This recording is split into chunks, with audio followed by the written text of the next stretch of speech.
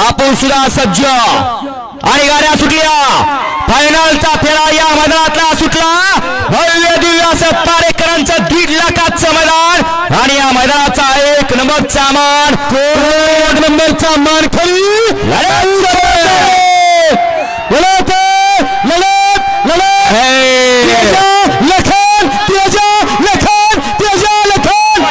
अतिशय सुंदर दिवस हा प्रत्येकाचा, फक्त संयम बाळगा, संयम बाळगा प्रत्येकाचा येत असतो। आनंद गगनात मावना।